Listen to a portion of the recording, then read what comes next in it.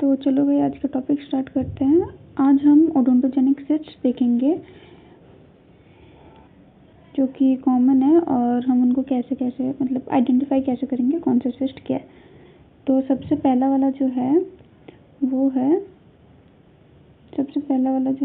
है gingival cyst. Okay, gingival cyst जो होता है ना, ये actually entirely extra osseous lesion है और एक्स्ट्रा ऑसियस मतलब बोन इन्वॉल्व नहीं होगा इसमें। तो इसका जो रेडियोग्राफी है ना, हम लोग को इतना अच्छा से हम नहीं मतलब बता पाएंगे, रिवील नहीं कर पाएगा, ठीक है। इसका बस जो शैडो है ना, वो उससे हम पता कर सकते हैं कि ये जिंजाइवल सिस्ट है। होता मेनली ये जिंजाइवल एरिया में, ठीक है।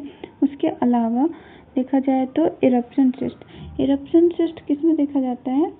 जो टीथ इरप्ट कर रहे होते हैं, ठीक है। लाइक ये भी डिफ़िकल्ट है आइडेंटिफाई करने में, क्योंकि इसमें भी बोन इन्वॉल्व नहीं होता। जो सॉफ्ट टिश्यू का शैडो हो जाता है ना सिस्ट का, वही जो पता चलता है उसकी वजह से। वरना इसमें बस इन्वॉल्व ये याद रखना है कि जो टीथ इरप्ट हो रहे हैं उसमें दिखते हैं इरप्शन सिस्ट।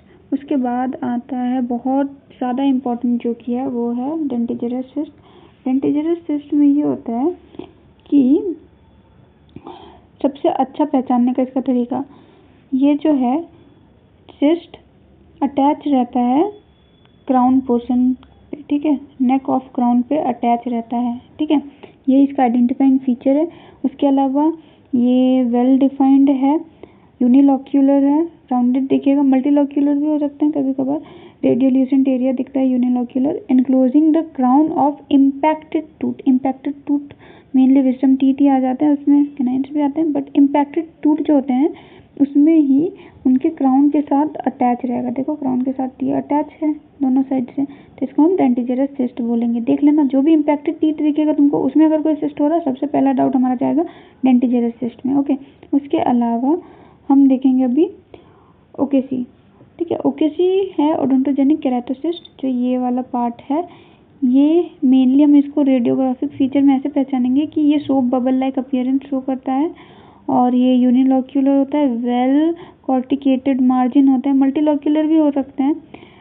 एक तो सोप बबल अपीयरेंस से तुम पहचान लेना इसको। मैंडिबल बहुत कॉमन एरिया है होने का इसका, ठीक है, और बहुत इंपॉर्टेंट सिस्ट है। इसको थ्योरी पॉइंट ऑफ व्यू से भी बहुत अच्छे से पढ़ लेना, ठीक है। उसके अलावा क्या बच गया? रेसिडुअल सिस्ट जो होता है वो एक वेल डिफाइंड यूनिलोक्यूलर सिस्ट होता है, रेडियोल्यूसेंट एरिया जैसे कि शो कर जाएगा। और ये जो है ना, इडेंचुलस एरिया पे शो करेगा। इडेंचुलस एरिया क्या होता है? इडेंचुलस एरिया मतलब जहाँ पे दांत प्रेजेंट नहीं होते हैं, टीथ प्रेजेंट नहीं होते हैं, वहाँ पे ये सिस्ट बहुत कॉमनली शो करेगा, ठीक है। उसके अलावा और क्या बच गया? Lateral periodontal cyst. उसके अलावा बच गया लैटरल पेरियोडोंटल सिस्ट में क्या होता है ना, ये एक टीयर ड्रॉप शेप का सिस्ट नज़र आता है, टीयर ड्रॉप शेप का सिस्ट नज़र आता है। और ये लैटरल एस्पेक्ट ऑफ रूट, ये जैसे रूट हो गया, ये रूट हो गया टीथ का, उसके लैटरल साइड पे हमें नॉर्मली देखने को मिलता है। टीयर ड्रॉप शेप का होगा सिस्ट और लैटरल एस्पेक्ट ऑफ रूट मिलेगा, ठीक है। आइडेंटिफाई ये भी कर लिए। उसके अलावा और बच गया क्या? रेडियो, ये भी हो गया। Radicular cyst. जो रेडिकुलर सिस्ट होते हैं, ये रूट के एपेक्स में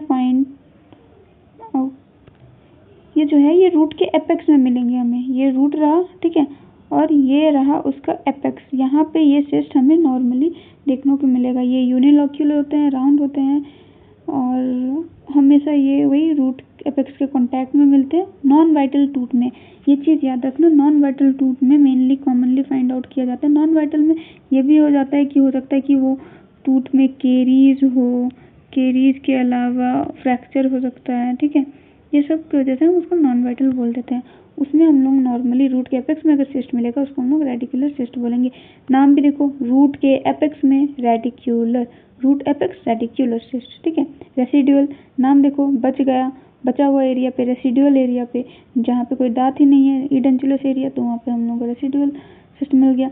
इरप्शन सिस्ट, कोई दांत इरप्ट हो रहा है उसमें सिस्ट हो गया, eruption cyst. Gingival cyst, gingiva में हो गया तो जिंजाइवल सिस्ट। बस एक डेंटिजेरस सिस्ट का हमेशा से याद रख लेना, डेंटिजेरस सिस्ट जो है वो क्राउन को इन्वॉल्व करता है और ओडोंटोजेनिक केराटोसिस्ट मतलब मैक्सिमम टाइम मैंडिबल को इन्वॉल्व करता है और एंगल ऑफ मैंडिबल रेमस के आसपास दिखेगा, ठीक है। और लैटरल पेरियोडोंटल सिस्ट, नाम से ही पता चल रहा है, lateral periodontal cyst, lateral side of root, ठीक है। Okay, thank you.